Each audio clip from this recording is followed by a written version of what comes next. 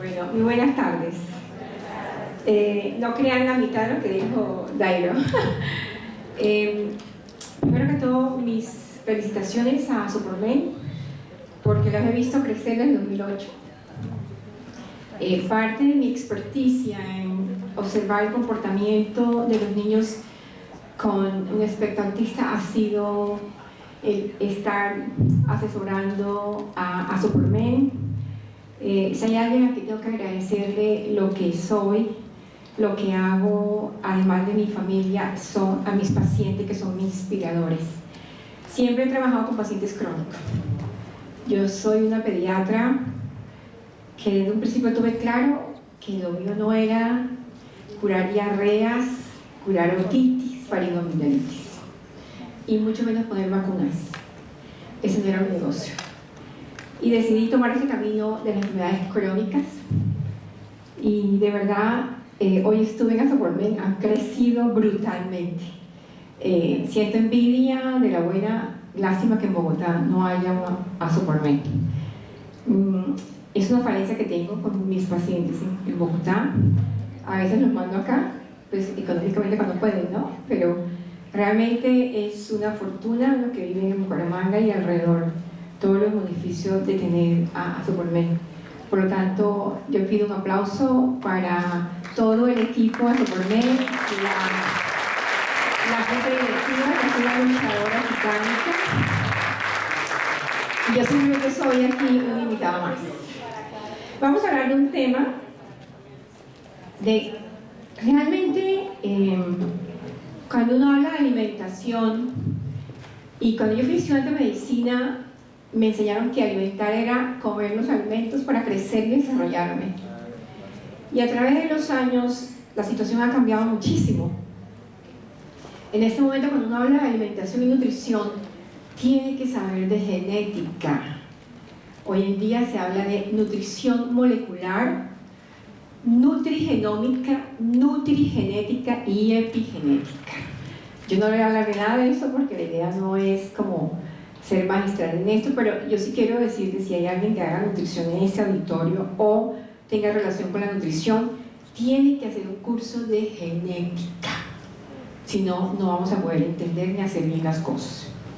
Cuando yo hablo de genética, quiere decir que cada uno de nosotros tiene una información genética que no podemos ignorar, y que esa información genética tiene que ver con la alimentación ancestral de mis padres y de mis abuelos, con el ambiente en el cual yo crecí, y eso va a determinar si yo tengo una enfermedad metabólica, cuál es el abordaje dependiendo de la influencia genética de ese individuo, persona o paciente. Por lo tanto, con esto quiero decirles que no hay una dieta igual para todos los pacientes. Cada paciente es un mundo nutrigenómico. Ejemplo, si yo tengo un paciente con una obesidad, es posible que ese paciente no necesite que yo le restrinja las grasas, sino los carbohidratos, o no necesite restricción ni de carbohidratos ni de grasas, sino de cofactores enzimáticos. Y eso es lo que yo hago en este momento. A los pacientes le tomamos una muestra en la saliva o en la sangre, mandamos el ADN seco a España. En Estados Unidos, en Europa también lo hacen, pero para nosotros es mucho más económico España, y ellos me mandan a mí cuál es la influencia genética de ese paciente con un sobrepeso u obesidad, y me dice: el problema de este paciente no son los carbohidratos, doctora Lu, son las grasas. Puede comer todos los carbohidratos que quiera y no va a aumentar de peso. Por lo tanto, eso de sacar una dieta de Google y dársela igual para todos es lo más antiético que puede hacer un profesional de la nutrición o de la salud. Ustedes ven que hay pacientes que se hacen a liposucción, se hacen el balón bariátrico, no comen, se mueven todo el día y siguen gordos y enfermos. ¿Por qué? Porque el problema no es posible que no sean todos los nutrientes. Por lo tanto, quise dar este preámbulo porque realmente la nutrición hoy en día no son 1.200 kilocalorías, 3.000 calorías, ni el valor calórico total, el 12% de proteínas, el 30%. No, eso pasó de moda. Sí, ustedes se ríen, pero es que yo soy pragmática en lo que hago. Estoy muy vieja para echarles un cuento aquí, porque lo pueden buscar en una revista, ¿cierto? Y lo que uno ve es eso. Yo recibo muchos pacientes que han sido manipulados por muchos médicos, muchos nutricionistas, deportólogos en lo que hacen ejercicio, entrenando el personal y el paciente sí lo hizo, ¿cierto? Y casi que su calidad de vida es cero. Entonces, el problema es más allá que quitar alimentos y que se muevan. El problema es genéticamente tus nutrientes, cuál es la interferencia o la interacción que tienen, ¿sí? Hasta ahí está claro, ¿verdad? Ok. Cuando uno habla de alimentación saludable, no solamente son los alimentos, el plato, el ambiente, no. Tiene que ver quién prepara el alimento para que sea con amor. El amor es la plataforma de la alimentación desde inútero hasta que me muera. Por lo tanto, si yo preparo un alimento porque me toca, porque es que es mi trabajo, difícilmente puede esa persona, y como pediatra que soy, si no hay resonancia entre el cuidador y el niño, todos los problemas que quieran pueden haber del niño que no come, doctora. Y las mamás son mundiales. Doctora, es que el niño come de lunes a viernes con la nana perfecto, y sábado y domingo no me come. Y yo le digo, señora, ¿usted come con extraños? Porque en Bogotá uno sale a las 5 de la mañana y llega a las 7 de la noche, el niño está dormido, o sea, comer con extraños. ¿Ustedes pueden comer con extraños? ¿Sí se puede comer con extraños? O sea, me ha tocado cuando viajo, pero porque, ¿qué hacemos? No hay mesa. O sea, me toca sentarme con alguien. Pero tiene que haber una resonancia entre el cuidador y el que prepara los alimentos. ¿Cómo les parece? Lo otro es que yo puedo comer, pero también tengo que moverme, porque recuerden que la actividad física en niños hasta los 8 años es lúdica, y a partir de los 8 años debe ser de competencia. Y si yo me muevo y tengo pacientes con trastornos, cualquiera que sea del neurodesarrollo, entre más me muevo, más conexiones tengo neuronales. Por lo tanto, comer va de la mano de hacer actividad física. Y lo otro, no me meto en ninguna religión, pero hay que ser espiritual. Y hay que ser espiritual para todos los actos que hacemos. Y esa es mi idea positiva. Los alimentos primarios van más allá del plato, nutriéndonos en un nivel más profundo. Los 4 alimentos primarios son profesión, relaciones, actividad física y práctica espiritual. Cuando uno habla de alimentación, empieza desde antes de embarazarme. Y infelizmente en este país, la mayoría de nuestras mamás adolescentes son fortuitos sus embarazos. Y generalmente, no es que sean CISBEN 1, 2 y 3, también tengo pacientes estrato 28, adolescentes embarazadas. El problema es que no hay una educación en nuestros colegios donde podamos tener interacción y educar a nuestros muchachos de la importancia de nutrirse bien para lograr ser un adulto sano, ¿cierto? Eso quiere decir que cuando yo tengo una madre embarazada, el éxito de que ese niño cuando salga inútero coma bien es que esa madre haya comido de todos los alimentos y lo haya expuesto a sabores, olores. De lo contrario, cuando yo como pediatra, como médico que atienda niños, voy a hacer lo que es la ablactación, que es la iniciación de la alimentación diferente a leche materna, fórmula láctea, voy a tener dificultades para que lo acepte. ¿Por qué? Porque nosotros todos tenemos neofobia. Neofobia significa que yo tengo una reacción frente a lo nuevo. Si mi mamá no me expuso a la alcachofa, cuando a mí me la expongan, yo lo primero que voy a hacer es rechazarla. si ella me expuso en útero al sabor y al olor de la alcachofa, yo no voy a tener problemas por eso. Hay muchos trabajos sobre eso. Por lo tanto, el éxito de el niño coma bien implica que esa madre ha debido alimentarse con todos los alimentos durante su embarazo.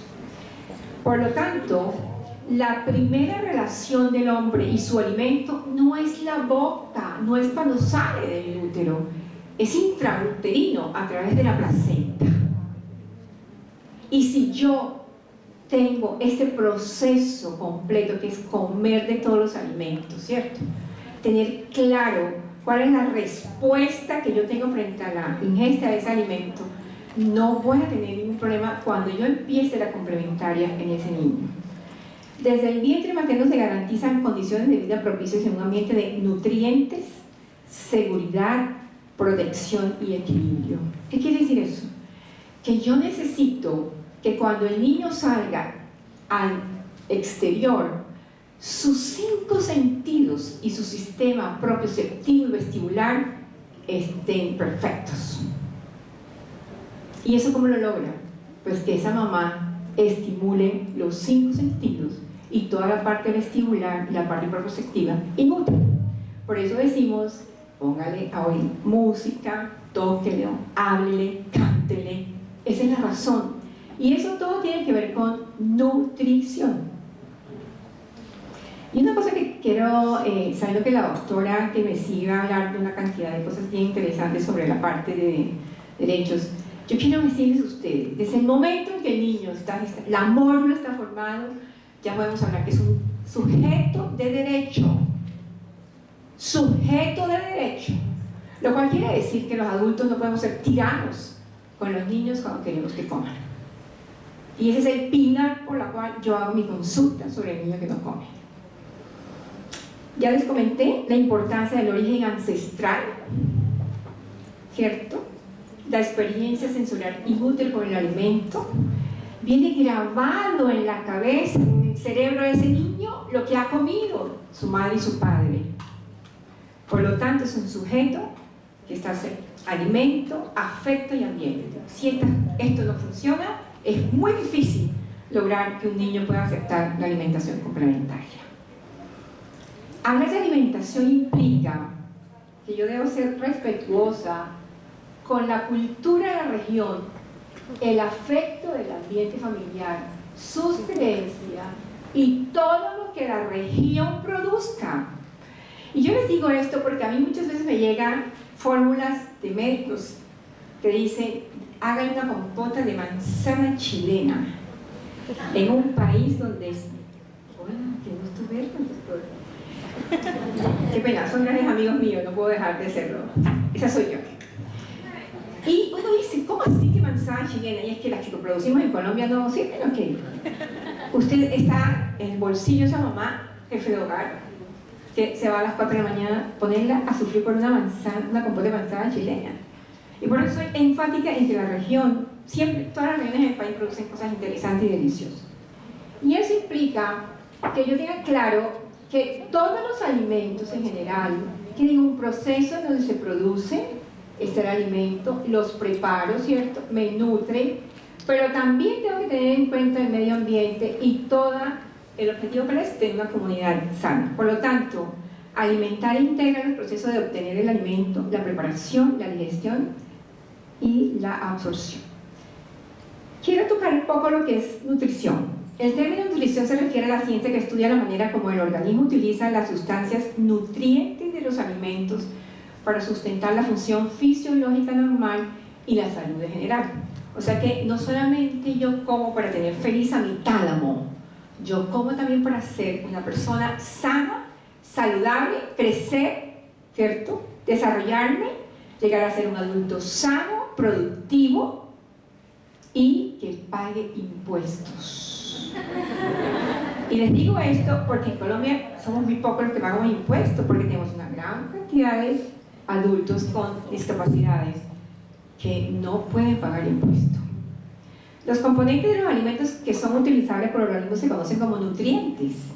Y las principales funciones de los nutrientes son suministrar energía al organismo, garantizar el crecimiento físico y mantenimiento de las células, proteger el organismo, construir tejido y formar sistemas enzimáticos e inmunológicos. Imagínense cuando ustedes se sientan a comer en su mesa con los 5 grupos de alimentos, todo lo que se hace para que lo hagan.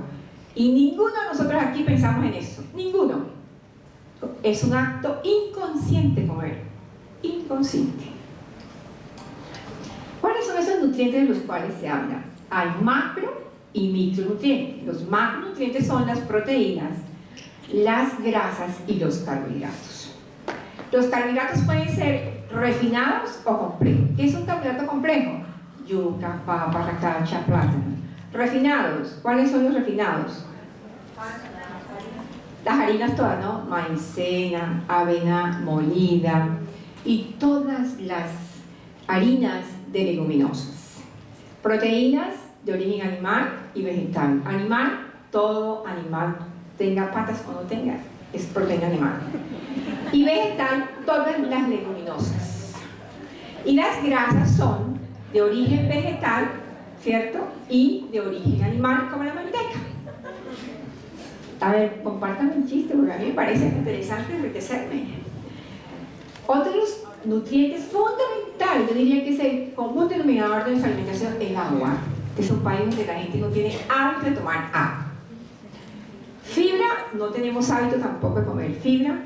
Y de entre los micronutrientes tenemos los minerales, las vitaminas, las hierbas. Nosotros somos un país de hierbateros.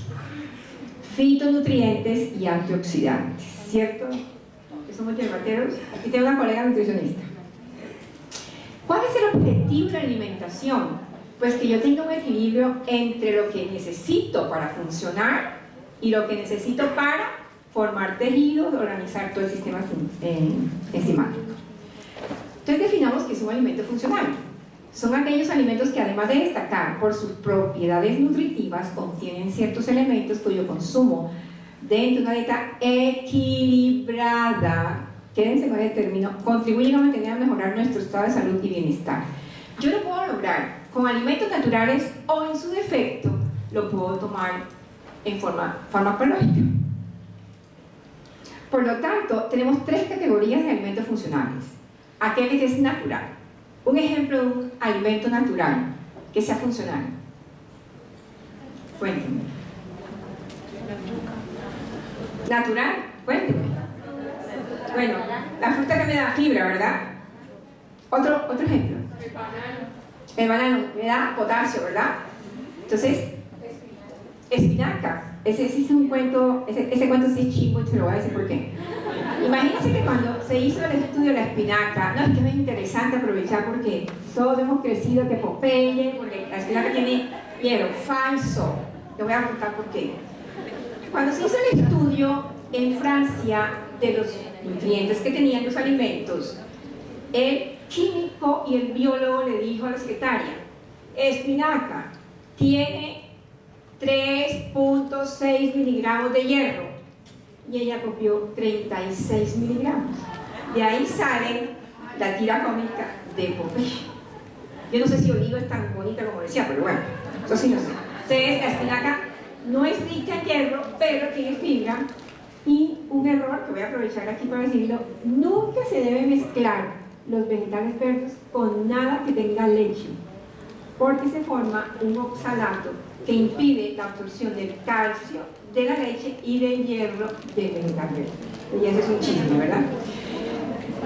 La segunda categoría es alimentos a los que se les adiciona un componente que aporta funcionalidad. ¿Como cuál? Cuéntenme, denme un ejemplo del segundo. Alimentos a los que se les adiciona algún componente que aporta funcionalidad. La sal es un nutriente.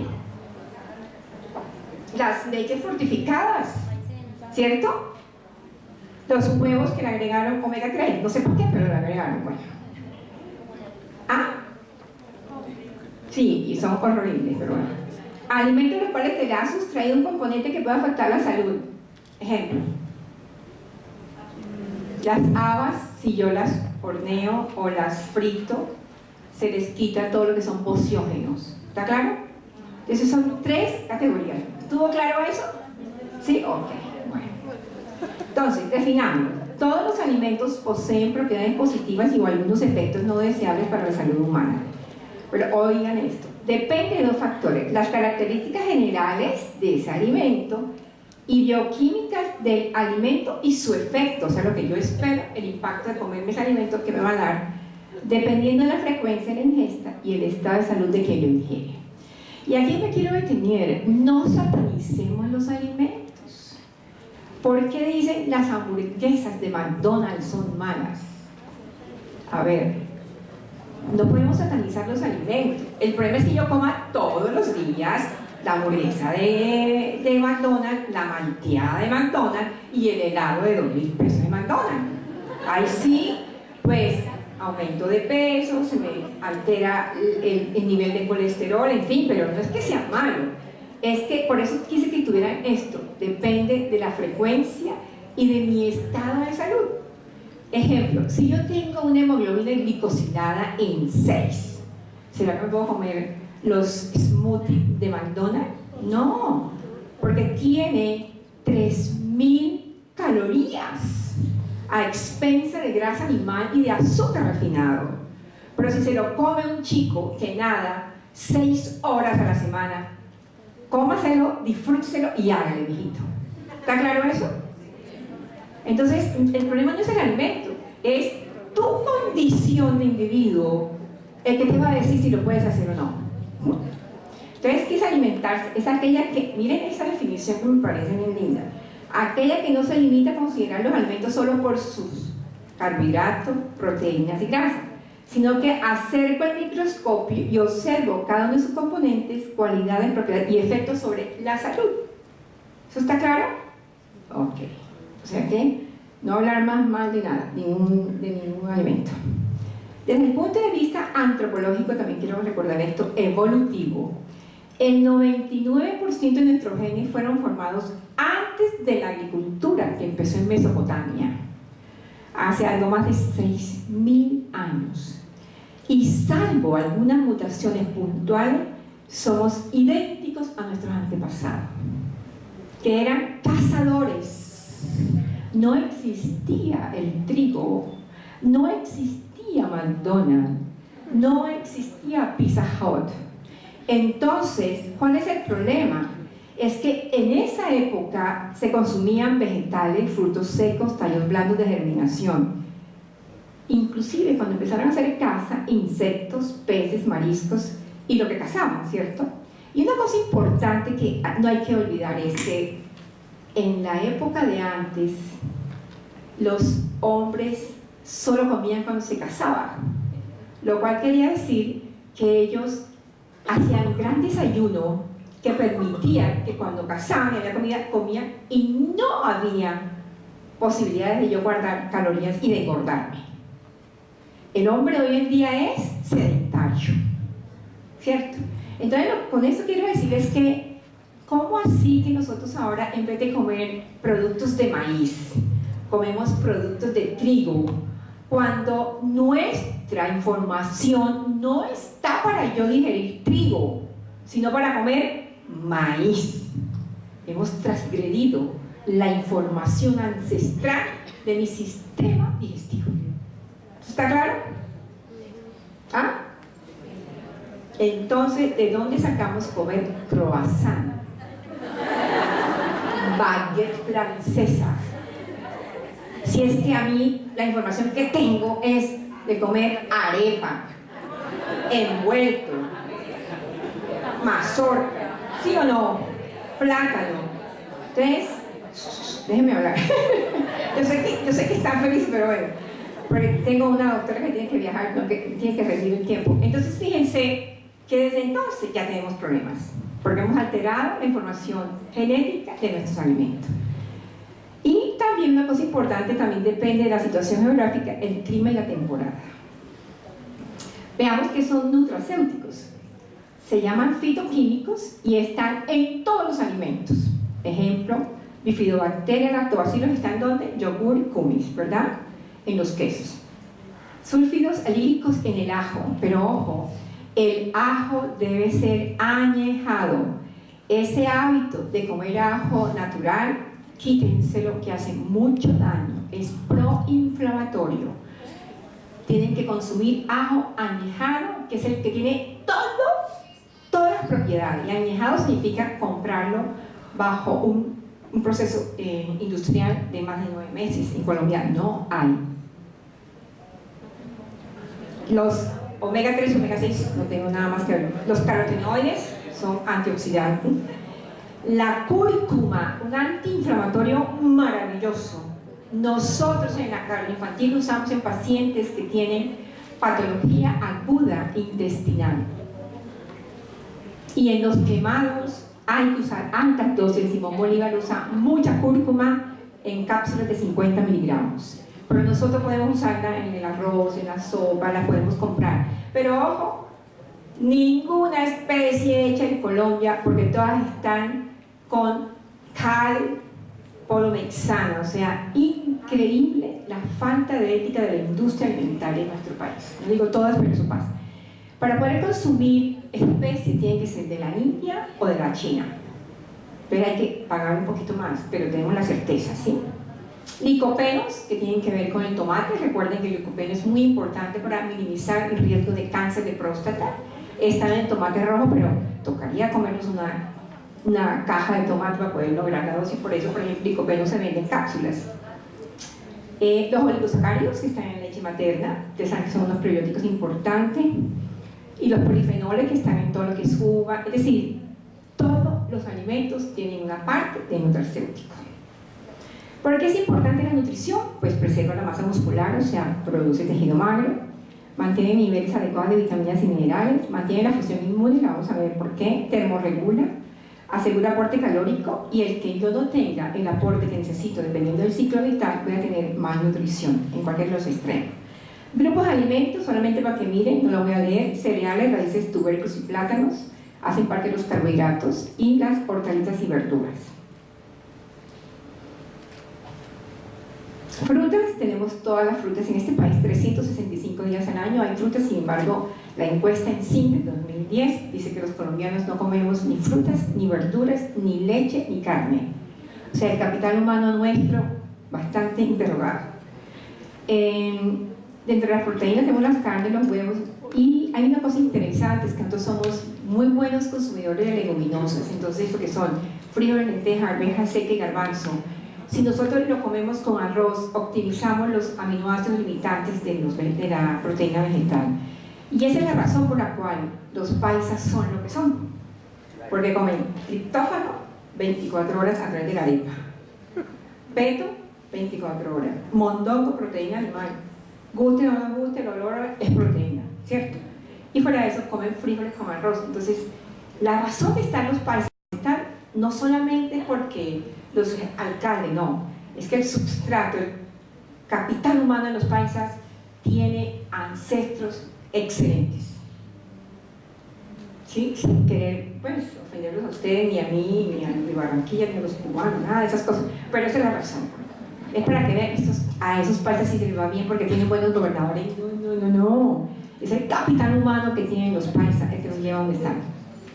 Lácteos, todos los lácteos ustedes tienen grasas, tienen todas las grasas, y azúcares y dulces. Importante, quiero recordarles un poco esto.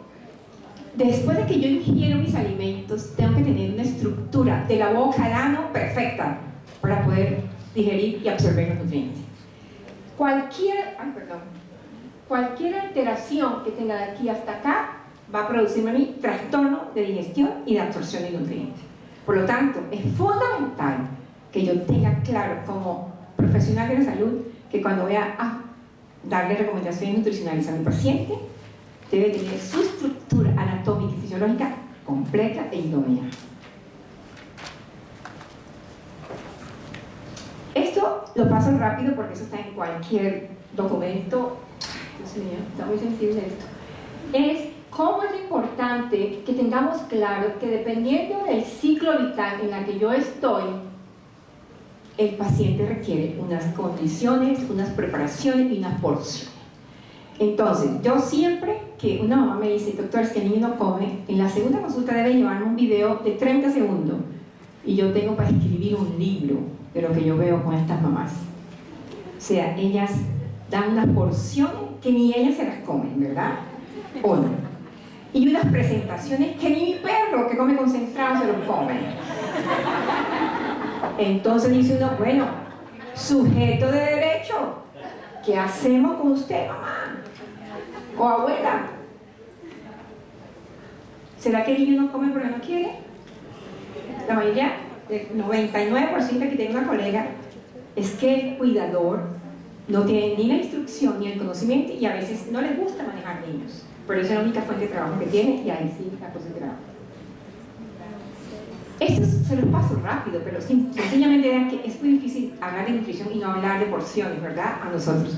Entonces, es para que ustedes vean que es una porción, cómo son las medidas. No necesitamos grandes vajillas, ni grandes cucharas de $28, ni silla de $200 para que los niños coman.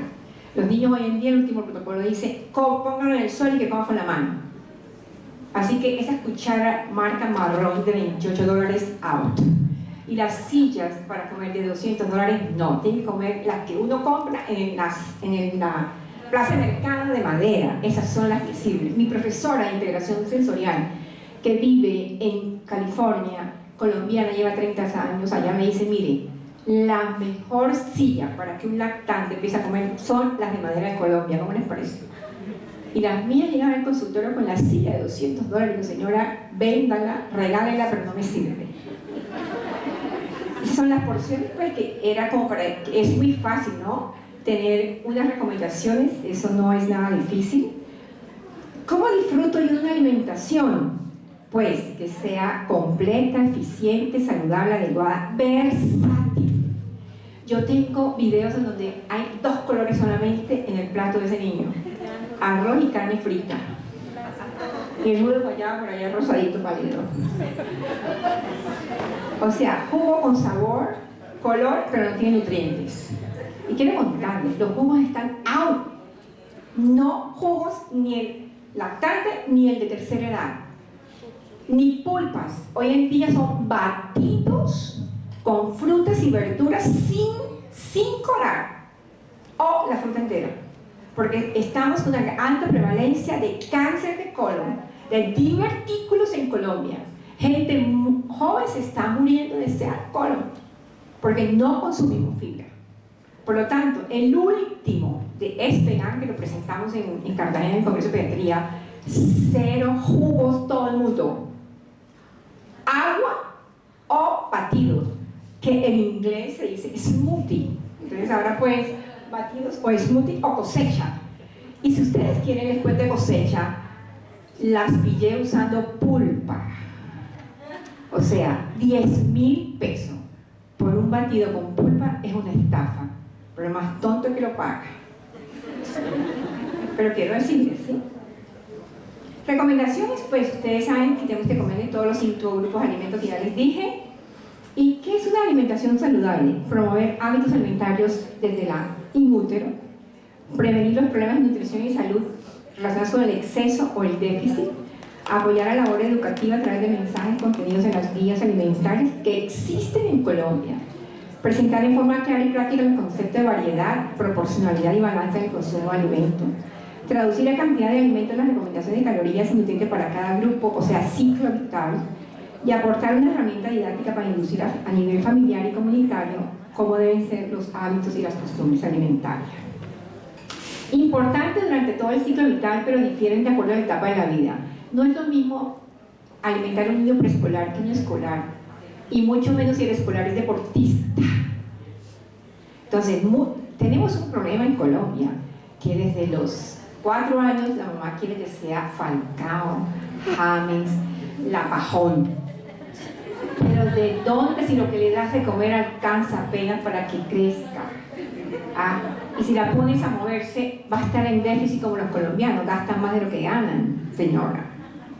Entonces, quiero recordarles, antes de los 8 años la actividad física debe ser lúdica, parque, piscina, y después de los 8 años yo puedo ser competitiva. Ojo con eso, porque se nos están quedando chiquitos los preescolares y los escolares, porque fuera de las 5 terapias que hacen al día, ¿cierto?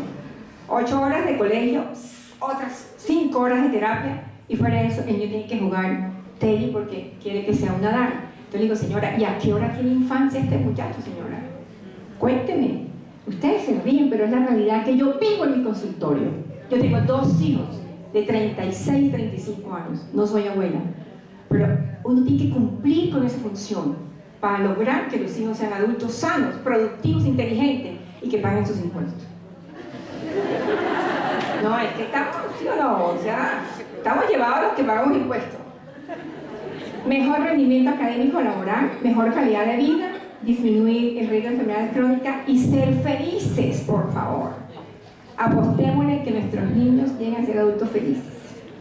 5 comidas al día, tomar mucha agua y, ojo, dentro de las 5 comidas que se debe consumir uno, y a veces necesitamos 6 comidas, ¿no? A veces, hay pacientes que necesitan 6 comidas. Tenemos que asegurar y tener en cuenta que nosotros somos hormonas. Cuando empieza a salir el sol, aumentan los niveles de cortisol, que es una hormona proinflamatoria, pero después de las 4 de la tarde. Cuando ella empieza a elevarse, ella va a permitir que si yo desayuno con proteína, esa proteína se vuelva músculo y energía. Por lo tanto, el desayuno debe ser siempre, en nuestros adolescentes de 18 años para abajo, primero la proteína de origen animal. ¿Qué es eso de desayunar con cornflakes y leche? A ver, ¿dónde está la proteína para que el cortisol coja y forme músculo? ¿Dónde está? Yo puedo comerme el cornflake, pero después es que me como una proteína. ¿Qué es proteína? Pueden ser 2 huevos, 4 huevos pueden comer. El huevo está tan satanizado y hay 2 estudios maravillosos en donde yo me puedo comer 4 huevos y no me altera mis niveles de lípidos. 0. Y sí me produce 3 sustancias antioxidantes fundamentales. Por lo tanto, denle huevo venteado si lo que quiere comer es huevo, denle. Y el huevo es más barato. Queso. A mí me da risa que se ríen, pero es que la única manera de dejar el mensaje es así. Para mí sería más fácil hablar ahí y leer la diapositiva, ¿no? Sería muy fácil. Miren, entre los embutidos deben ser sin color, 0 nitritos, 0 nitratos y nitrosamina. Todo embutido que sea rojo no se debe consumir, porque se les agregan estos preservativos para que no se pudran. Por lo tanto, los embutidos deben ser de pavo y de pollo, y máximo 5 días en la nevera. A ver, estoy dando muchos tips, ¿eh? Bueno, una sola. Ojo, queso. ¿Quién me dice a mí que yo no puedo desayunar con una fajita de carne o de pollo o de pescado? ¿Por qué no puedo desayunar? Porque tiene que ser con huevo y con pan. ¿Dónde está escrito eso? Tú que eres nutricionista y eres docente, en ningún libro dice. ¿Usted tiene como doctor en algún libro de nutrición en su país le decían que tiene que ser así? No. ¿Por qué no puedo yo desayunar con un pedazo de tilapia? Cuénteme, ¿por qué no puedo desayunar con tilapia? Por eso, pero es que vamos a seguir todos haciendo lo que hacían, no. Bueno, por lo tanto el desayuno, proteína primero, ¿vale? Segundo, el carbohidrato, puede ser el cornflake, ¿sí? ¿Está claro eso? Arepa, todas las que quieran, triptófano, doctora, psiquiatra, serotonina, ¿ah? Y después de las 4 de la tarde no podemos pecar con nada de carbohidratos refinados ni azúcares, porque se me compromete la producción de serotonina y no duermo bien, y ese niño no tiene un sueño reparador. Ojo. Bueno. La fibra, fundamental. ¿Dónde contengo la fibra? Cereales, frutas, verduras, frutos secos, que en Colombia tenemos muchos frutos secos ahora. Es un hábito que aprendimos. No tienen ni idea de lo que aportan los frutos secos. Una manotada mía de frutos secos aporta 650 calorías, o sea, reemplaza una comida. Aquellos que están gorditos y tienen sus gorditos, pues coman cereales y les va mejor. Beneficios de una alimentación, ya se los dije, no se los voy a repetir.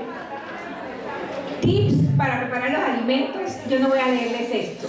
Si quieren, tomen la foto, porque pues no quiero demorarlo, porque tengo la doctora que va a viajar. Porque quiero seguir en mi charla. Ustedes saben más de cocina que yo, son santanderianas, ¿ah? Son tan buenos. Efectos que me pueden hacer que yo no tenga apetito. Dolor en la boca o garganta. Los niños con frecuencia tienen infecciones respiratorias virales. Pero tiene que ser ya, que llore para que le crean. Ojo, estas infecciones a veces son silentes. Y el niño no tiene capacidad de decir, es que me duele para tragar. Entonces uno tiene que saber qué es lo que está pasando.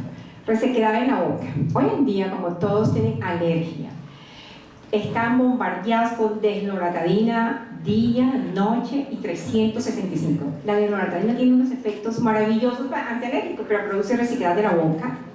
¿Quién puede humedecer un bolo alimentario y pasarlo si tengo resequedad no tengo la suficiente saliva? Cuéntenme. ¿Quién? No se puede. Pero como la criatura es un sujeto de derecho pero no se lo reconoce, entonces lo embuten, vomita, le sale por la nariz, o sea, una cantidad de cosas que dice uno, por favor. Cambios en el sentido del gusto o olfato. Niño con rinitis atópica que tiene corticoides permanente, las cilias se atrofian, los pelitos de la nariz tienen una razón de ser. El olfato, uno come, primero huele y después prueba. Niños y adultos. Si yo tengo la nariz con corticoides permanente, no tengo cilia, pierdo el sentido del olfato. Y esos niños hay que hacer el diagnóstico, porque también pueden tener desintegración sensorial, olfatoria. Y eso implica que yo tengo que ponerle saborizantes fuertes a esa comida para que él sienta un olor y diga, lo voy a probar. Miren, cosas tan elementales. El otorrino no es su problema que no coma. El alergólogo no es su problema, pero el pediatra sí le toca manejar, ¿cierto? Ok. Niños con diarrea permanente, cada día tenemos menos diarrea, afortunadamente, pero tenemos un problema serio, el estreñimiento. Nadie estreñido come. ¿Por qué quieren que los niños estreñidos coman? ¿Ah?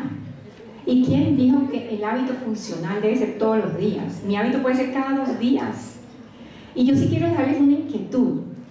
Cuando ustedes estén en el baño, miren lo que implica defecar, lo que implica expulsar un bolo fecal,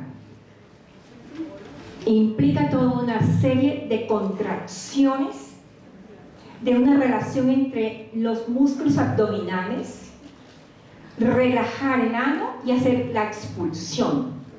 Muchos niños tienen temor de ir al baño porque el bolo es seco. Peor todavía, la altura del inodoro está muy alto y le quedan los pies colgando. ¿Cómo hace ese niño fuerza para contraer los músculos abdominales, relajar y botar el bolo si es que los pies le quedan colgando? No se rían, es una cosa seria, doctora, qué pena con usted. Pero eso hay que ser respetuoso con esos niños. Y fuera de eso, no sé qué en Bucaramanga y en Barranquilla, pero en Bogotá a las 5:15 están esperando el bus. ¿Quién hace deposición cuando le están en bañete, dormido, embuten el desayuno? Y cuando están en el colegio, no puede, la MIS no le da permiso, porque eso no es hora para ir al baño. Y yo le pregunté un día a una profesora, ¿y cuál es la hora suya para ir al baño, profe? Porque pues es muy difícil que no tenga un bolo presionándole el ano. Por favor, no se rían, porque esto es una cosa seria en pediatría. El estreñimiento nos da muchos problemas a nosotros. Y el escurrimiento le da muchos problemas sociales al niño en su colegio. Porque como no le dan permiso, escurre y huele a popó. Entonces, por favor, hay que hacer diagnóstico de estreñimiento y hay que saberlo manejar. Hay que saber cuál es la altura que tiene un inodoro. Porque muchos niños no lo ven. Y fuera de eso, la mamá, apúrate, por favor. Defecar es de lo más complejo como comer, ¿saben? No tienen ni idea todos los mecanismos fisiológicos que tiene el comer y hacer popó. Quiero dejarles ese mensaje a pesar de que les produjo un poco de risa. ¿Cómo planear y comprar los alimentos antes y después? Pues todos sabemos la calidad, la fecha de vencimiento, la exposición al calor, el horno microondas, o sea, todos sabemos cuáles son los problemas que tenemos. Debe tener presente que existen diferencias de tamaño, color, precios, empaque, presentación y otras características. Hay un problema que aquí tengo a mi amiga. En Colombia nadie lee las etiquetas de nutrición. Compran los alimentos porque lo dijo Mabel Lara, porque lo dijo la de... Exacto, o sea, diva, pero nadie es capaz de interpretar una tarjeta de nutrición. Y muchos de los pacientes de ustedes son niños que se dispara la conducta por el preservativo, el aditivo, el colorante y el vehículo que tiene ese alimento. Por favor. Y cuando yo digo alterar la conducta es que no duermen, deja de tener atención. Aquí tengo un neuropediatra que es amigo mío, lo sabe muy bien. Deja de poner atención, vive dormido, dolor abdominal recurrente. Y le dice el señor al doctor, es que sinceramente yo creo que tiene que medicarlo. ¿Pero el medicarlo de qué, señora? Si el problema no soy yo de neurólogo, que no presta atención. Eso no es de terapista. Veamos qué es lo que está dándole el medicamento, señora.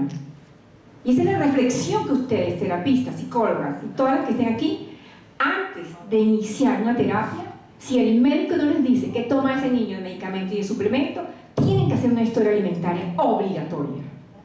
Porque yo les cuento, la terapia sola no funciona, ni el anticonvulsivante solo no funciona. Esto aquí es nutrición, pilar fundamental para que cualquier terapia, cáncer, VIH, fibrosis quística funcione. El médico tiene que tener una estructura que se llama nutrición. Todas las enfermedades tienen nutrición, todas.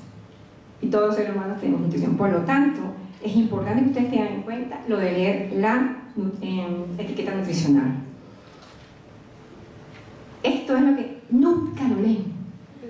Y muchas veces compran alimento porque mi amiga le parece bien, en Price Smart lo vende, mire, si es de Price Smart es perfecto. No.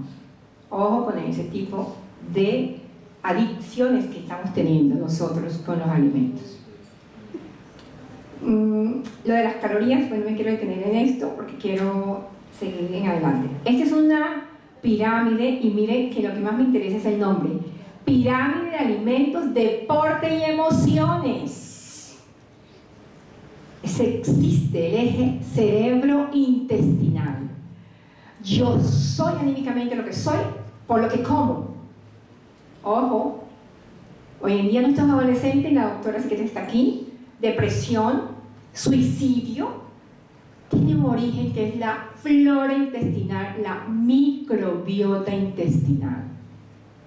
Si yo no tengo mi flora bien, voy a tener problemas de rendimiento académico, laboral, relaciones de pares, enfermedades, y lo vamos a ver. Por lo tanto, esta pirámide lo que quiero que se den cuenta es esto: alimentos, deporte y emociones. Y esto es lo que uno esperaría que a nuestros niños nos expusieran a esto. Hay estudios que dicen deben tener 6 colores el plato de los niños, 6. 2, siempre tiene que ser blanco, no a los platos de Walt Disney. Por favor. El plato blanco tiene una razón de ser, que el niño aprecie los colores, aprenda a visualizar la diferencia de colores. Y acuérdense que los niños aprenden por el estímulo visual y auditivo.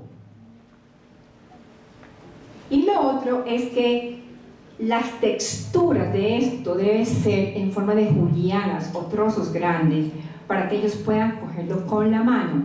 Hay estudios maravillosos. Hoy en día el protocolo para alimentar a los niños menores de 3 años se llama Baby, de bebé en inglés, led weaning, y es darle a los niños a comer con los dedos de la mano a partir del 6º mes, siempre con un cuidador responsable. Y esto es lo que uno debe esperar. ¿Ustedes han visto en algún restaurante un plato de colores de Walt Disney? Blanco, blanco en su defecto beige clarito, para que los niños aprendan a apreciar los colores, las figuras y las texturas. Bueno, ¿hasta aquí todo claro o hay algo que me quieran preguntar? ¿Cuánto tiempo tengo? Bueno, listo, ok. Vamos a hablar de los prebióticos. Los prebióticos son alimentos PRE son alimentos no digeribles. O sea, todo lo que está crudo, de frutas, verduras o cocidas, y las leguminosas germinadas. ¿Quién me dice que es una leguminosa germinada? A ver. Porque yo digo así, nadie me pregunta. Pero yo quiero que me digan, ¿qué es una leguminosa germinada? ¿Ah? ¿Lo saben? Las leguminosas son frijoles, lentejas, arvejas y garbanzos. Para germinarlas, ¿se acuerdan ustedes del ejercicio cuando eran en el colegio que metían en agua y salía la ramita verde? Bueno, eso se llama germinar.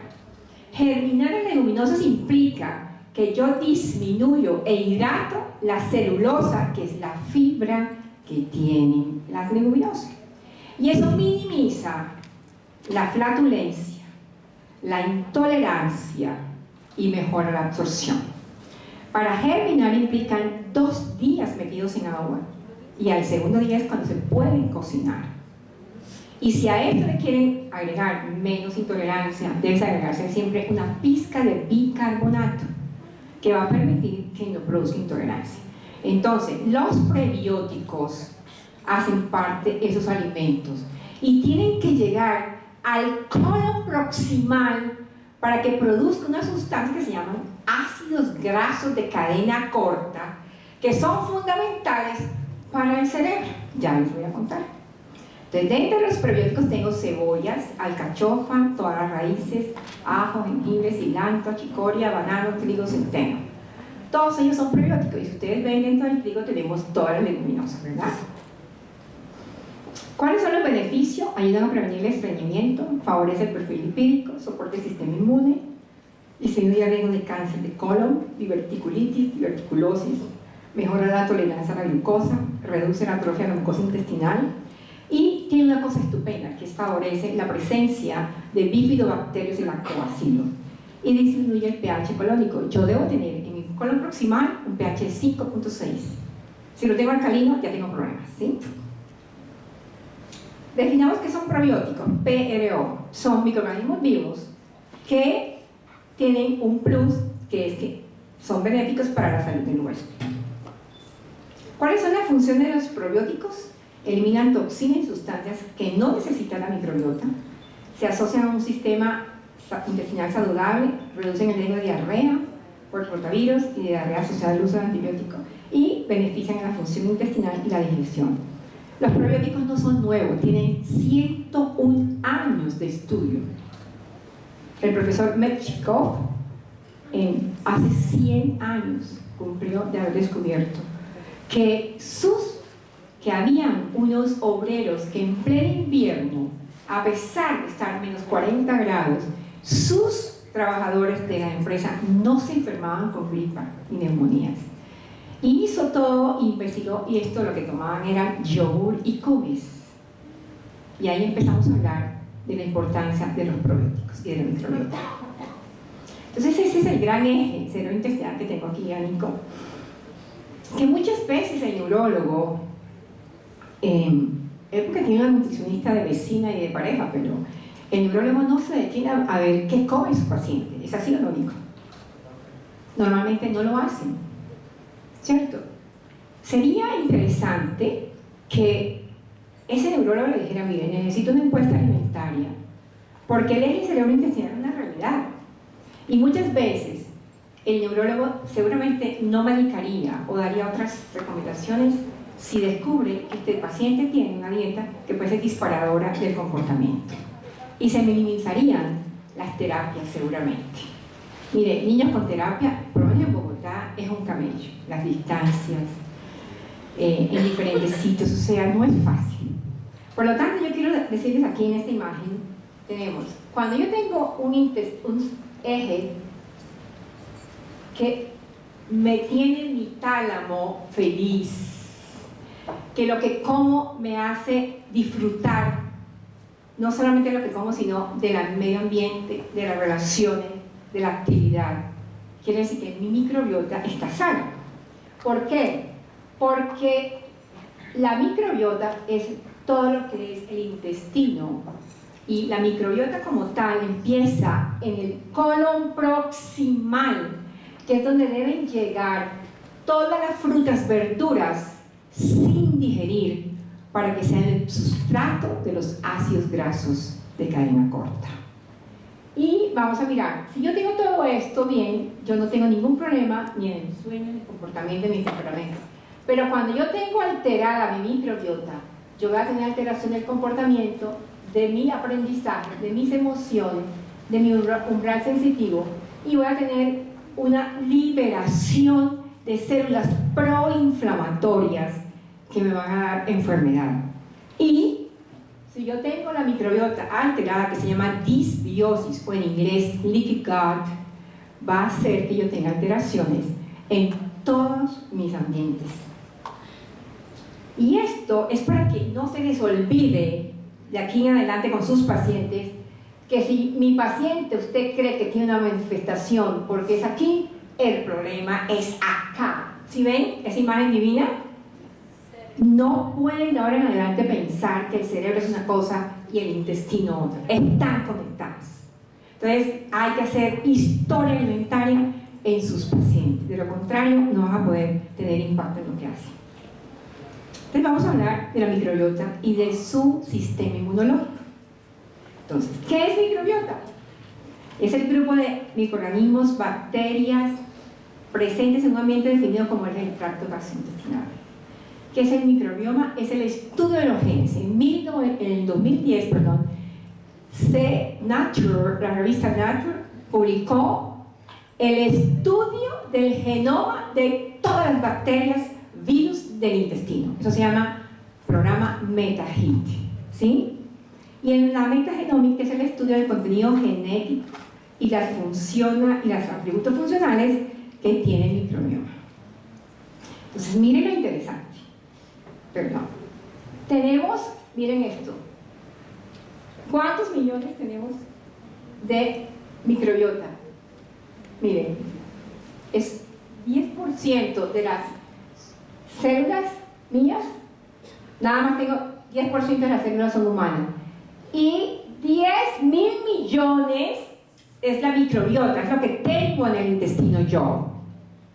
Para que les sea más fácil, tenemos 100 trillones de bacterias, virus y parásitos en mi intestino, lo cual quiere decir que yo soy más intestino que cerebro y que cuerpo. ¿Está claro eso? Ok. ¿Qué quiere decir eso? Que tengo que cuidar mi flora intestinal. ¿Cómo la cuido? Con la alimentación, minimizando la intoxicación del medio ambiente, no usando ni lociones, ni desodorantes, ni polvos, ni cremas, ni pintalabios que se retengan, que tienen más plomo para que puedan durar más tiempo. Y si ustedes ven 100 trillones, el microbioma humano está conformado por más de 100 trillones de bacterias, hongos, protozoarios y virus que viven solo y dentro del cuerpo. O sea, nosotros somos bacterias, ¿sí? No tenemos tantas células y solamente tenemos 10 veces más células en nuestro cuerpo. Miren lo que hacen las bacterias nuestras. Producen energía.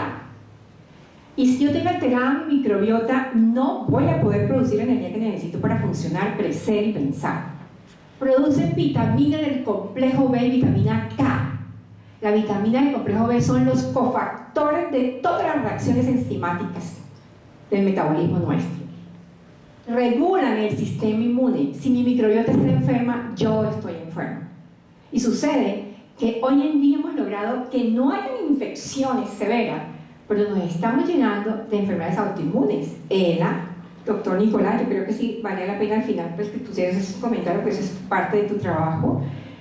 Estamos viendo gente como Linda Palma, una mujer de 25 años con ELA, sin antecedentes familiares. ELA es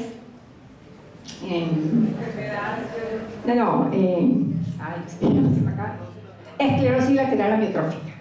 Mi profesora se acaba de morir en marzo de una ELA. Y se pregunta uno, ya no nos morimos de infectados, pero nos morimos de enfermedades autoinmunes. La razón, la microbiota. ¿Sí? Miren lo que también hace, regula todo el metabolismo del azúcar.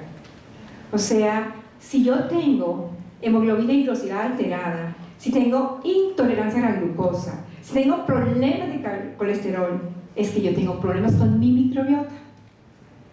¿Eso, el concepto está claro? Ok. Si tengo que parar, yo explico. Y lo otro es que me protege contra enfermedades. Por lo tanto, mi microbiota y yo tenemos una simbiosis. Igual que el enchufe entre el cerebro y el intestino, así es mi microbiota y yo. Es un órgano metabólico. Y solamente quería, pues, ya que tenemos aquí, psiquiatra aquí, un pediatra, quería mostrarles que el intestino produce el 90% de la serotonina. ¿Saben qué es la serotonina? Es un neurotransmisor fundamental. Y solo el 10% se produce en el cerebro. A ver, con eso les digo todo. O comemos bien, o vamos a tener todos los problemas que estamos teniendo con nuestros pacientes y con nosotros mismos, ¿sí? Y otra cosa que quería decirles es esto. Para que mi mitocondria se ilumine y produzca los 36 ATPs, yo debo mandarle a esa célula los nutrientes. Si yo no como bien, mi mitocondria no se ilumina y no produce las 37 ATP. Es pura bioquímica.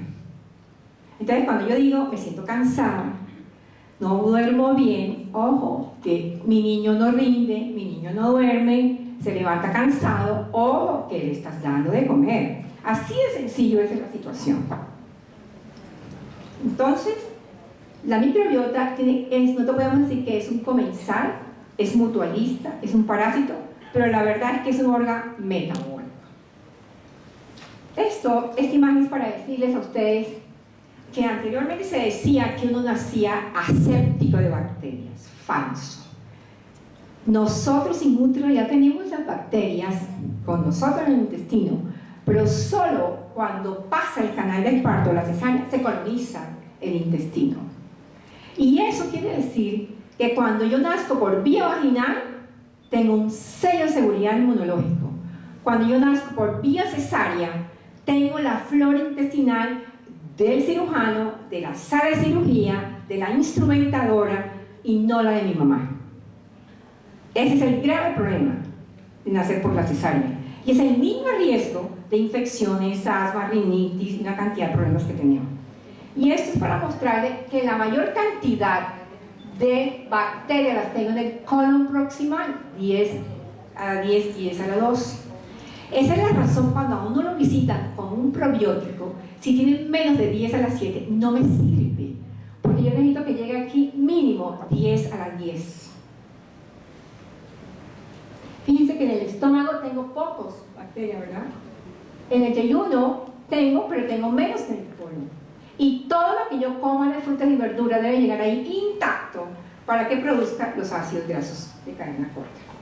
Esta imagen es para decirles que dependiendo del tipo de parto, del tipo de alimentación, de todo como me tratan, si abusan de los antibióticos y del medio ambiente que les pongo, yo voy a tener una buena o mala microbiota. Y que a partir de los 2 años mi microbiota es igual a cuando yo llegue a ser adulto.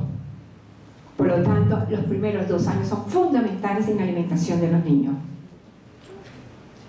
Hay sustancias que exponen a que la microbiota se altere. Empecemos por la mamá. Problema de la mamá, el ambiente, esa obsesión que tenemos ahora del gel antibacterial. La FDA de Estados Unidos eliminó los geles antibacteriales. No son mejores que el agua y el jabón. Entonces hay que quitar los geles antibacteriales de la rutina de limpieza de nosotros. El abuso de los antibióticos, el tipo de alimentación, ¿cierto? Y dentro de nuestros niños, la formulación y el abuso de antibióticos desde temprana edad de nosotros los pediatras en urgencia de nuestros niños. Lo cual quiere decir que hay factores desde el momento inútero que me van dando la posibilidad a que yo llegue a esta edad con buena salud y buena calidad de vida. Y que desde inútero, si yo no tengo la exposición de la alimentación de mi madre, yo difícilmente puedo llegar aquí con buena salud y buena calidad de vida. Y eso para que vean que la microbiota existe en todas partes. En piel, boca, vejiga, pulmón, intestino, vagina. que todos los baños íntimos alteran la microbiota. Y los ginecólogos con los cuales he compartido me han dicho cómo están las mujeres jóvenes sufriendo de enfermedades inflamatorias pélvicas, embarazos fallidos, abortos por baños íntimos y por toda esa gama de marketing de toallas higiénicas y de protectores. No debemos entrar nosotros en aceptar ese tipo, porque es puro marketing. De tal manera que eso se llama el exceso de higiene, la teoría del exceso de higiene, está dañando la salud y la calidad de vida de nosotros. Si ustedes ven también, a nivel de la vejiga, o sea, somos, lo que les acabo de decir, ¿cuántos trillones? 100 trillones de bacterias. Por lo tanto, hay que ser respetuosas con ella. Es dinámico la microbiota. ¿Qué modula la microbiota? Antibióticos, probióticos, trasplante fecal, no hacemos en Colombia, pero ya está, ya es un hecho. Las hormonas, el sistema inmune, los antecedentes genéticos y la dieta, el estado y el estrés crónico nos está llevando a enfermarnos y morirnos. La microbiota cambia dependiendo del ciclo vital, de la alimentación, del estado hormonal y del exceso de higiene. Por lo tanto, la microbiota de una señora menopáusica o posmenopáusica es diferente a una señora gestante o posparto. Y eso quiere decir que cada ciclo vital va a tener unas condiciones de exigencias para poder mantener una buena salud. Los tipos de bacterias, y es aquí donde quiero detenerme, ¿se acuerdan del dibujo donde les mostré el colon proximal? ¿Sí? Bueno, en esa parte debe llegar todo lo que son los carbohidratos no digeribles, para que se produzcan estos tres grandes ácidos grasos de cadena corta, que es el butirato, propionato y acetato. Vamos a mirar cómo funciona. Miren esta imagen, que es muy importante para los que hacen la parte cerebral. Yo como la fibra, tengo mi microbiota en el colon proximal, produzco estos tres ácidos grasos orgánicos y miren, no solamente tienen que ver con el metabolismo de la glucosa, sino que también induce mecanismos metabólicos y respuestas neurológicas. Y es de allí donde está la teoría que el autismo y los trastornos generalizados del neurodesarrollo tienen que ver con la microbiota. Doctor Nicolás, al final quisiera que participara porque tú eres el neuropediatra. Quiere decir que la mayoría de las enfermedades cardiovasculares, leucemias, linfomas, trastornos del neurodesarrollo y enfermedades autoinmunes son originadas de la microbiota y la obesidad. ¿Y de qué depende la microbiota? De lo que yo como, ¿sí? Y aquí, esta imagen para mostrarles cómo nosotros tenemos barreras que nos ayudan a proteger nuestra microbiota, ¿cierto? Tenemos la barrera del moco, la inmunoglobulina A secretora, cómo me ayuda, ¿sí? Pero yo tengo una gran barrera intestinal que son la microbiota. Eso lo puedo lograr siempre y cuando yo coma carbohidratos no absorbibles. Mi microorganismo la toman, producen los ácidos grasos de cadena corta y va a hacer que yo no tenga ninguna posibilidad de tener enfermedades inflamatorias. Por lo tanto, las enfermedades autoinmunes, cardiovasculares, neurológicas tienen su foco en la microbiota. Entonces, ¿cuál es el papel de la microbiota? Miren cómo funciona ella. Protege contra infecciones, actúa en el neurodesarrollo, tiene que ver con la nutrición, tiene que ver con la respuesta inmune y tiene que ver con todo lo que es metabolismo. Por lo tanto, depende de lo que yo coma, yo voy a ser capaz de ser saludable, pensar, ser productivo, ¿sí? Hay una gran simbiosis entre la cantidad de medicamentos que estamos formulando hoy arbitrariamente o autoformulados, quiero decirles. El problema es que ustedes también, ustedes ven la farmacia y los droguistas, es un buen negocio poder decir, señor, me duele la panza, entonces tome inhibidor, o sea, tome omeprazol. Hay de 200 hasta de 5.000 pesos, entonces denme el de 5.000. Tampoco somos los médicos los que tenemos toda la responsabilidad. El tipo de comida, la exposición al medio ambiente, la genética que yo traigo, ¿cierto? De tal manera que la microbiota tiene funciones inmunológicas, barreras para las infecciones, la parte trófica metabólica que tiene. No voy a detenerme en esto, pero lo que quería contarles con eso es que ella tiene funciones metabólicas, que es la producción de los ácidos grasos de cadena corta. Tiene toda la parte inmunológica, que es el sistema GAD. El sistema GAD tiene que ver con todo el sistema linfóide inmunológico, o sea, es lo que me protege de las infecciones a mí, ¿sí? Y eso es lo que va a minimizar que yo tenga sustancias proinflamatorias que me produzcan enfermedad, como son las citoquinas y todo lo que son los natural killers. Tiene también una función de barrera, que ya lo hablamos, produce antibióticos. Y estos son los grandes 3 ácidos grasos de cadena corta que son butírico, el propionato y el acetato.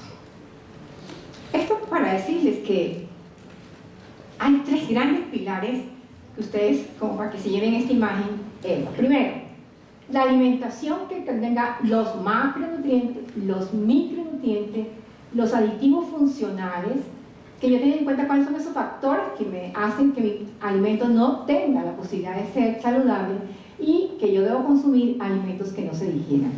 Y que yo debo tener mi mucosa intestinal, o sea, la parte anatómica íntegra que funcione para que mi microbiota tenga bacterias comensales, transeúntes y que esas patógenas se encuentren barrera para que no hagan daño.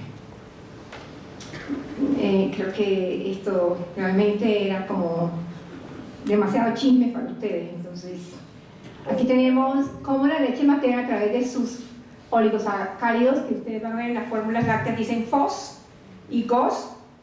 Esos son los prebióticos que tiene la fórmula láctea, que son parecidos a la de la mamá.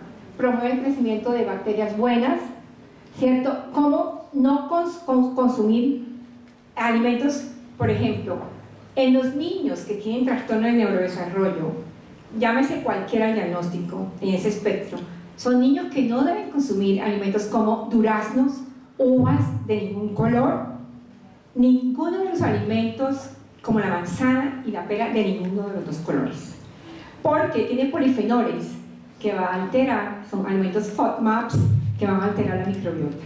Entonces, si ustedes revisan en la literatura, los niños con trastorno del comportamiento o con cualquier espectro en donde se encuentren del autismo no deben consumir ese tipo de frutas, por ejemplo, ¿sí? Esos son los alimentos FODMAP. Y todos estos alimentos, ya se los he dicho, necesitamos que coman crudos o cocidos para que se produzcan los ácidos grasos de cadena corta. Hay otros factores también, cómo actúan los ácidos de cadena corta, esta es la sigla en inglés, ¿cierto? Cómo los aminoácidos de cadena ramificada me minimizan la intolerancia a la glucosa y me bajan la hemoglobina glicosilada. ¿Cuáles son los aminoácidos de cadena ramificada? Los que se llaman brain chain, aminoácidos que son valina, isoleucina y leucina. Entonces hay etapas en las cuales nosotros tenemos que consumir aminoácidos de cadena ramificada. También tenemos esto, como yo les decía, algunos péptidos antiinflamatorios para disminuir, por ejemplo, la enfermedad de Crohn. Ellos producen lo que se llama puchitis y estos alimentos van a minimizar la puchitis. Ya voy a terminar. Entonces, ¿cuáles son los beneficios que nosotros tenemos que tener claro de los probióticos y de la microbiota? Neurológicos, inmunológicos, endocrinológicos y que produzcan productos bioactivos como los tiene la leche materna. Sintetizan vitaminas, fortalecen la barrera intestinal, mejoran el metabolismo de sales biliares, tienen actividad enzimática y neutralizan aquellas sustancias o células carcinógenas. Y además colonizan y resisten a las bacterias malas, producen ácidos grasos de cadena corta y mejoran el recambio celular. Tener en cuenta que la industria alimentaria utiliza sustancias que pueden ser iatrogénicas, o sea, hacerle daño a un paciente susceptible, como son los aditivos, los colorantes, los preservativos y los vehículos. Muchas veces los jarabes para la alergia tienen un vehículo que puede ser xilitol, mannitol, que puede disparar la conducta o trastornar el sueño de los niños. Entonces, eso hay que tenerlo en cuenta. ¿Cómo fortifico yo los alimentos? Yo fortifico los alimentos con alimentos naturales. Si ustedes ven en la diapositiva, hay salsas, hay especies, como les dije, y hay alimentos que me pueden mejorar la alimentación de mi paciente. Aquí tenemos un ejemplo cómo yo utilizo leche y derivados lácteos para mejorar la alimentación. Casi nunca utilizo suplementos industriales, casi nunca. Yo recupero con alimentos. Si el paciente está muy comprometido o tiene una patología crónica, paralelamente uso el suplemento, ¿sí? También fortifico con proteínas de origen animal, huevos, pescado, con aceite. El aceite debe ser vegetal, ojo, aceite de oliva barato es afrecho, no se engañe. El aceite de oliva bueno es costoso. Entonces, por favor, compre mejor Grumet, el que quiera, pero no se engañe comprando aceite de oliva barato. Y dos, ningún aceite se debe calentar. O sea, freír es desaturar la cadena de ácido graso de cadena larga, romper los covalentes, y eso hace que sean donadores de radicales libres. O sea, fritar no es lo ideal. Pero si es tanto el vicio de fritar, friten y boten. Y friten el aceite de oliva costoso. No tienen otra opción si no quieren tener radicales libres. También fortifico con frutos secos, con azúcar y miel. Miel después de los 2 años de vida. Recuerden el problema de la miel, que es el botulismo, que tenemos en riesgo. Y esta es una pirámide que me parece bien práctica para tener salud intestinal, ¿cierto? Debo tomar 2 litros de agua a lo largo del día, consumir vegetales crudos o cocidos, aceite de oliva, ¿cierto? Los carbohidratos integrales, verduras en ensaladas o cocidas, fruta cruda y mejor con piel, leche fermentada. O sea, yo no soy enemiga de la leche de ninguna manera, nuestros niños necesitan leche materna, fórmula láctea, pero hay una edad en la cual no tienen que tomar leche de vaca. Uno puede comer los derivados lácteos, quesos, yogur, cubis. Y una cosa que quiero aclarar aquí es que no podemos decir leche de almendra, leche de amaranto, porque recuerden que solamente producen leche las mujeres y los mamíferos. Entonces, ¿de dónde sale que leche de almendra si no tiene pezones? No, pero es que eso, Nicolás, no me llega así. Ah, sí, y sin lactosa. A ver, maestro, son mis colegas, ¿no? Yo no sé aquí, de pronto aquí son mejores que allá, ¿no? Doctora, yo le doy leche de almendra. Yo digo, señora, ¿usted le vio los pezones a la almendra? Porque yo no se los conozco. ¿No es que es? Miren, el problema de las leches de leguminosas es que no son leches, son de leguminosas. Y segundo, todas las leches, perdón, todas las bebidas de leguminosas tienen aminoácidos limitantes. Implicaría que teníamos que agregarle aminoácidos para que pudieran cumplir de alguna manera la función del aporte de proteína de alto valor biológico. Por lo tanto, si usted le quiere dar bebida de arroz, bebida, de lo que quiera, pero no está dando leche, por favor. Hay una brecha entre la leche del mamífero y la leche materna. Bueno, y yo creo que lo más importante que quiero decirles es que uno tiene que hacerle seguimiento a sus pacientes y ser responsable de lo que hace. Eso de decirle, señora, dele esto y la suelta, no. O sea, ya lo importante es el monitoreo de cada paciente.